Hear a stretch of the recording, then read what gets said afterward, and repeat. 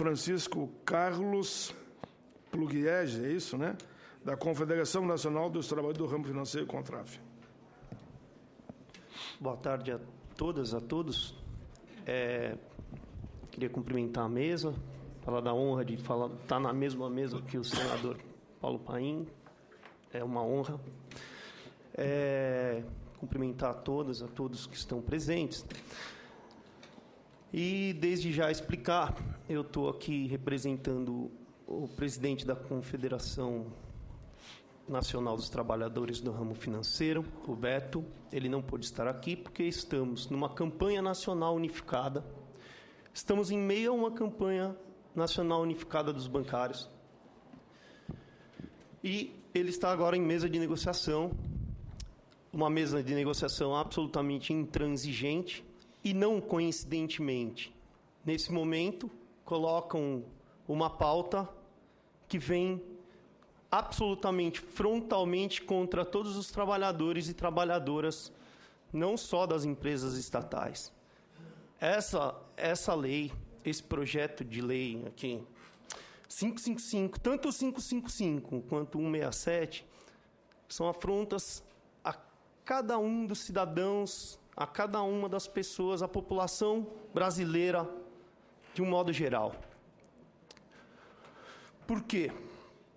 Além de ser antidemocrático em diversos aspectos, a começar pela urgência colocada no caráter urgente e não coincidente, nós que somos o ramo financeiro, a gente tem a confederação e nós temos uma categoria unificada, uma campanha unificada, que, infelizmente, só os bancários conseguiram fazer com que fosse unificada a categoria dos bancários. Eu sou trabalhador da Caixa Econômica Federal e trabalhava no Fundo de Garantia.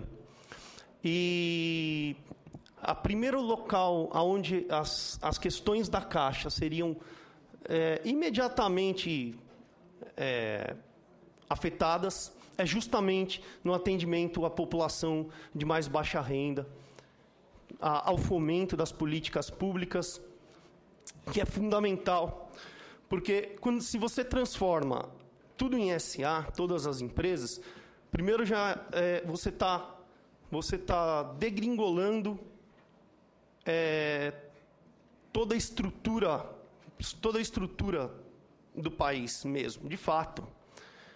E quando você tira um projeto de lei, o senador Tasso Gereissati coloca que dentro das empresas públicas elas se tornam SA e estão proibidos as organizações, todos os movimentos de trabalhadores, toda organização de trabalhador está proibida de fazer parte de seus conselhos, de fazer parte da discussão de como você vai gerir ou não uma empresa. Você vai porque ele é filiado, porque ele é representante de um sindicato. É óbvio que isso é uma afronta inadmissível aos trabalhadores e trabalhadoras de todo o Brasil.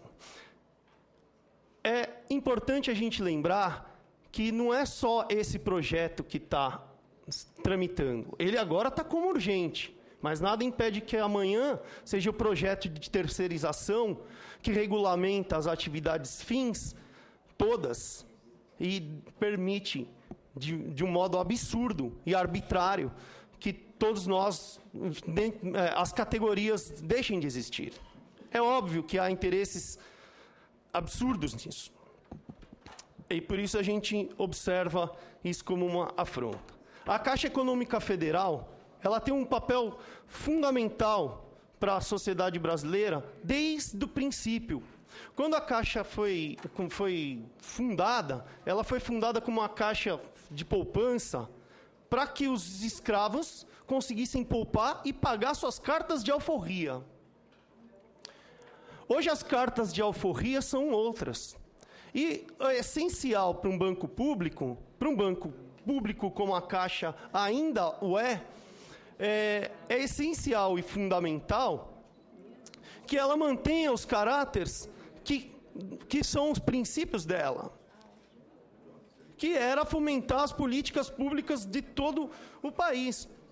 É pela Caixa Econômica Federal que passa todos a revolução que hoje você observa, a evolução, vamos dizer, na questão da habitação, com os projetos Minha Casa Minha Vida, você tem o FIES que passa pela Caixa, você tem o FGTS. Então, as pessoas que estão de olho nisso, obviamente, elas estão muito preocupadas com a venda, com a doação. Nós já vimos isso. Nós vimos isso na década de 90. Na década de 90, quando sucatearam todas as empresas públicas e vendoaram empresas como a CSN, a Vale do Rio Doce, o Banespa em São Paulo, o Banerj no Rio de Janeiro, o metrô. E como que eles fizeram? Sucateando as empresas, sucateando os empregados, sucateando o trabalhador e a trabalhadora. E hoje, você observa dentro da Caixa Econômica Federal um modelo de gestão que vem sendo implantado, e nós estamos lutando desde o princípio do ano contra a 665, contra a 664, a 665, mas quando surgiu o boato de que a Caixa Econômica Federal seria aberto o capital, nós fomos para as ruas, fizemos a campanha da Caixa 100% pública, de manter a Caixa 100% pública, e conseguimos um compromisso de que aquilo não ia ocorrer. Só que conseguimos, mas dentro da Caixa Econômica Federal começou a ser implantado um sistema de gestão chamado GDP, que é Gestão de Desempenho de Pessoas, e na verdade não tem nada de pessoas, é Gestão de Desempenho de Produtividade, que tem tudo a ver com este projeto. 555. Porque é uma gestão que transforma os próprios trabalhadores em inimigos de si mesmos. Então, você tem todo um aspecto ideológico sendo implantado na empresa, já para que esse projeto saia do papel e transforme-se numa SA, e que as questões de políticas públicas deixem de ser o aspecto fundamental dentro da nossa empresa, desta empresa que é de cada uma das pessoas dentro da população brasileira. É fundamental que mantenhamos essa Caixa 100% pública, é fundamental que mantenhamos a Petrobras dentro do nosso controle governamental. Porque não tem cabimento, é óbvio que há interesses absolutamente escusos, e nada pode ser coincidência. E aí você tem ramo petrolífero do mundo inteiro em cima da Petrobras, se aproveitando de um momento de fragilidade política para tentar impor uma lei goela abaixo de cada um de nós. Porque foi duro conquistar e chegarmos hoje, por exemplo, numa produção, um nível de produção de petróleo do jeito que hoje nós temos. A mesma forma, se antes, na década de 90, quando tentaram privatizar a Caixa Econômica Federal, tentando sucateá-la, falavam que a Caixa Econômica Federal era um elefante branco, como era a Vale do Rio Doce, mas quem comprou conseguiu o lucro do mesmo dinheiro que ele pagou para comprar. Num ano,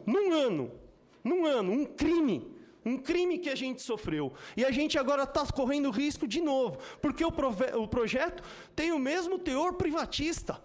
E, infelizmente, nós não temos aqui o senador que prometeu que viria aqui tentar discutir conosco. Nós esperamos, sim, que a gente consiga brecar esse projeto que eles estão tentando impor hoje à votação agora, para que nós tenhamos uma audiência pública e sim, consigamos debater com eles essas questões. Porque infelizmente, não vimos a presença, de fato, como ele havia lhe dito, o senador. Na verdade, a informação que chegou que o senador José Serra, na segunda-feira, no debate do pré-sal, ele nos informou que provavelmente ele virá aqui, informou a comissão, para debater no de hoje, seguir o Tasso Gereissati. Ele não fez contato comigo hoje, até para ficar bem claro, para não dar depois um desencontro de informação que complica um pouco mais. Mas foi bom que você levantou, para mim poder esclarecer que eu me referi a de segunda-feira com a provável presença aqui do senador José Serra. Não a de hoje. A de hoje foi pedida só pelas entidades e todas as entidades que pediram estão presentes. Isso é importante, né? Inclusive você, que deu esse belo depoimento. Legal. E só para finalizar, me surpreende muito quando nós temos diversas leis tentando passar, tanto aqui quanto na Câmara dos Deputados, que são leis não só anti-trabalhador, contra o trabalhador, que vão frontalmente contra o trabalhador e a trabalhadora, mas são leis de apolitização, como se a governança fosse uma coisa apolítica. É engraçado você falar e pensar a governança de uma empresa estatal sem que haja pessoas que seja algo apolítico. Não me parece que isso tenha algum interesse de que essas empresas se mantenham realmente, de fato, estatais. Então, portanto, é sim uma lei privatista altamente nociva, e nós vamos lutar o que for necessário. A Contraf e os sindicatos dos bancários de São Paulo, as APCEFs, as associações do pessoal da Caixa de São Paulo, estará sempre à disposição para que a gente consiga brecar esse tipo de lei tão nociva à sociedade. Era isso que eu gostaria de falar. Obrigado. Boa tarde. Muito bem. Esse foi o Francisco Carlos Pugliese, que falou em nome da Contraf, Confederação Nacional dos Trabalhadores do Ramo Financeiro.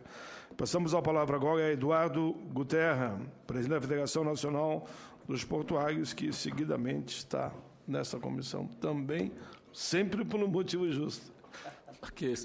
Bom dia, o senador Paulo Paim, a senadora Regina Souza, né? Bom dia, companheiros, colegas. Regina Souza.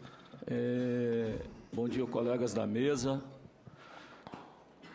Semana passada, eu acho que o senador está se referindo a um debate que teve aqui a semana passada, que foi a questão da NR12. Isso, que você estava aqui. Um projeto de decreto legislativo para assustar, né, a validade dessa norma nas indústrias, nas empresas, enfim. Então, eu comecei falando sobre isso, porque, na verdade, a gente que tem aí o apoio do DIAP, do DIEESE, né, e da nossa Secretaria de Trabalho da CUT Nacional, a gente tem acompanhado a agenda da Câmara e do Congresso, e do Senado, quer dizer, a agenda do Congresso Nacional. E existem vários projetos que são semelhantes a esse. Isso vem ao encontro daquela filosofia de que as pessoas, aquela parte que perdeu a eleição no ano passado, ela tenta impor uma agenda que não aquela que venceu a eleição, ou seja, um Estado onde há uma preocupação com políticas econômicas e sociais. Então, a gente, ao acompanhar a agenda da Câmara, nós percebemos que está cheio desses projetos onde várias vezes, como foi esse projeto de decreto legislativo que susta a validade de uma norma, que é importante para a questão de saúde e segurança, essa iniciativa de colocar o projeto em regime de urgência também pegou todo mundo de surpresa, como foi essa iniciativa desse projeto de lei 555. Então, há toda uma orquestração para que a agenda vá nessa linha neoliberal, né? Nessa linha que não dialoga com o movimento social, nessa linha que não dialoga com os trabalhadores, ou seja, é uma imposição, né, daquilo que foi negado pela grande maioria da sociedade brasileira. E essa comissão aqui, capitaneada pelo senador Paulo Paim, tem sido a nossa válvula de escape, tem sido a ocasião e o espaço onde a gente consegue se contrapor, e estamos numa estratégia correta, porque nós não temos como movimento social, muito menos nós que somos da CUT, que temos dificuldade de entrar nessa casa, que temos dificuldade de entrar no Congresso Nacional, e a gente sentiu isso hoje ali fora, quando nós ficamos quase que 1 hora torrando no sol quente, né? E agora até papel dentro da nossa bolsa, papel, senador, eles estão vistoriando. Então, nós estamos vigilantes nessa casa através de pessoas que têm um compromisso conosco, como o senador Paulo Paim, e essas instituições que eu citei aqui, DIEESE, DIAP, enfim. Então, eu faço esse resgate para deixar claro que nós não estamos desatentos a essa agenda neoliberal que está aqui na Câmara. Ao contrário, com todas as dificuldades, nós estamos acompanhando isso, porque nós precisamos ter esses parceiros aqui dentro dessa casa, dado essa dificuldade. Mas como...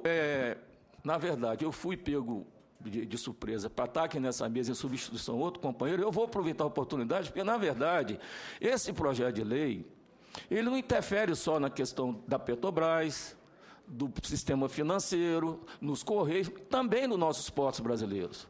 Porque nós temos 7 empresas estatais que administram os portos no Brasil todo. E que têm representantes dos trabalhadores nesses conselhos.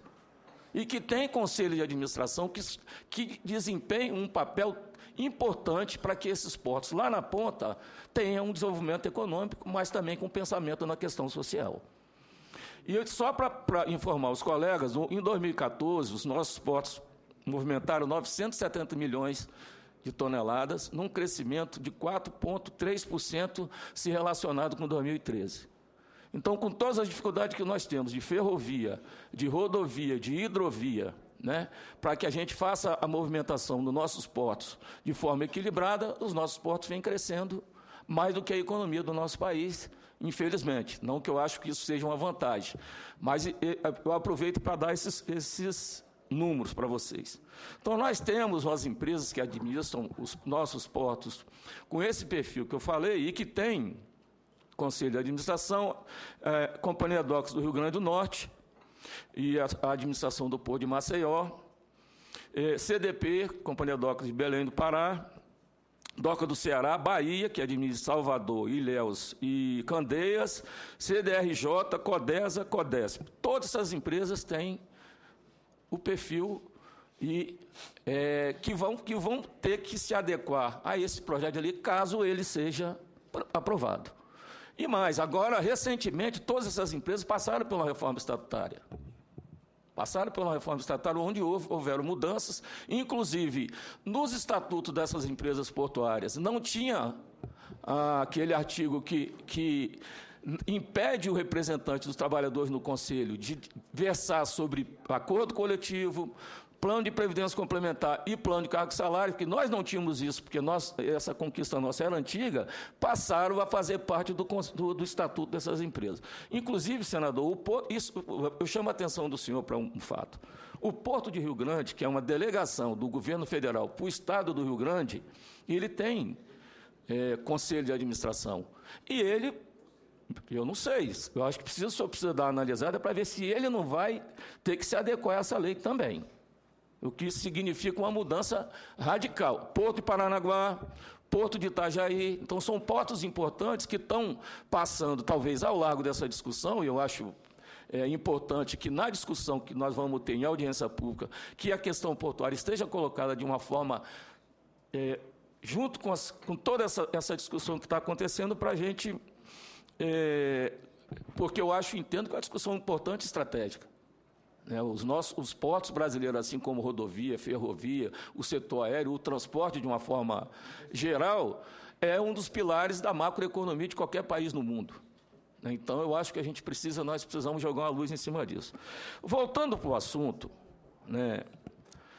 eu tenho certeza que, até pelos que os colegas que nos antecederam falaram, nós estamos, uma coisa vai se juntando com outra. Então, nós temos aqui uma pauta de terceirização, nós temos aqui dentro a oposição, dentro dessa casa, a oposição que fala em tempo todo em tamanho de Estado, que pressiona para que sejam reduzidos ministérios, pressiona para que sejam reduzidos secretarias importantes, que desenvolvem políticas públicas de interesse da nossa sociedade, e tudo isso junto com o processo de privatização e junto com iniciativas nesse sentido mais neoliberal, prejudicam a empregabilidade, que tipo de emprego que nós devemos ter no Brasil, prejudicam a questão dos investimentos que tem que ser feito por essas empresas e possibilita a terceirização.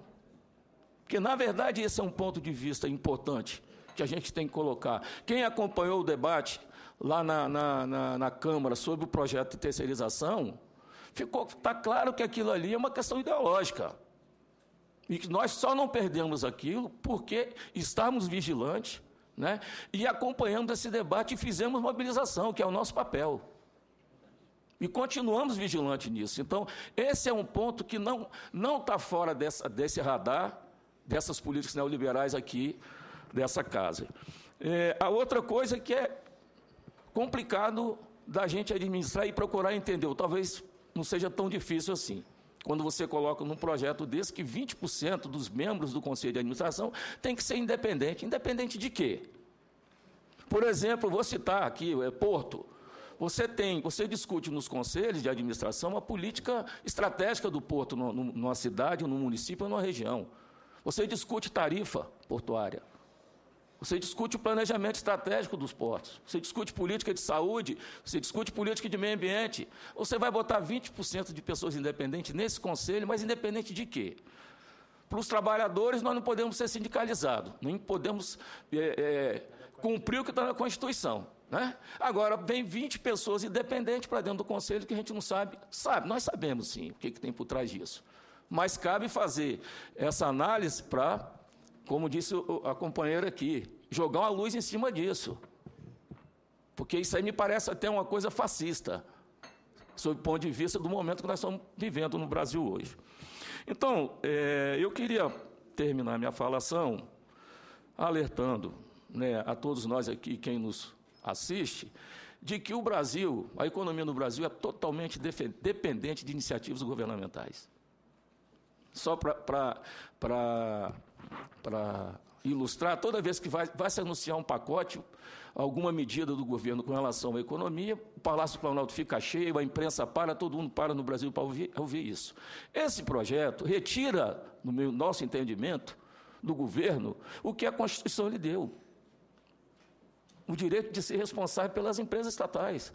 O direito de propor investimentos que vão promover o desenvolvimento lá na ponta, nos municípios, nos estados, gerando emprego, gerando renda. Esse projeto quer tirar isso do governo. E é inaceitável.